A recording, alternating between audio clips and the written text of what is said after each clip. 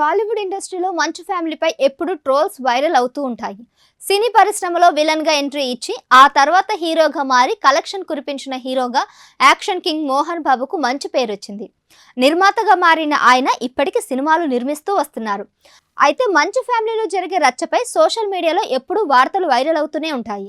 మా ఎన్నికల సమయంలో జరిగిన రచ్చ ఒకటైతే, మంచు మనోజ్ రెండో పెళ్లి చేసుకోవడంపై మరోసారి మంచు ఫ్యామిలీ వార్తల్లో నిలిచింది.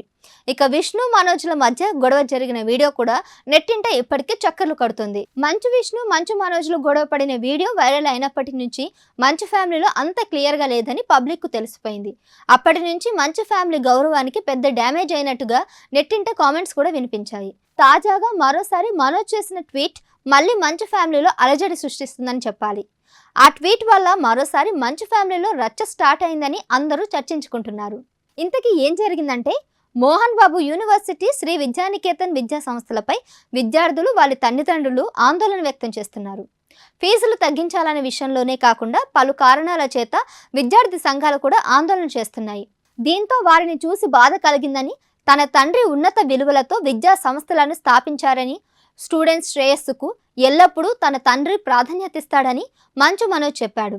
అంతేకాకుండా ఆందోళన చేస్తున్న తల్లిదండ్రులు, విద్యార్థులు, ఏఐఎస్ఎఫ్ లీడర్స్కు కూడా తన పూర్తి మద్దతును ప్రకటించారు. ప్రస్తుతం మోహన్ బాబు యూనివర్సిటీ శ్రీ విద్యానికేతన్ విద్యా సంస్థలను మంచు విష్ణు చూసుకుంటున్నాడు.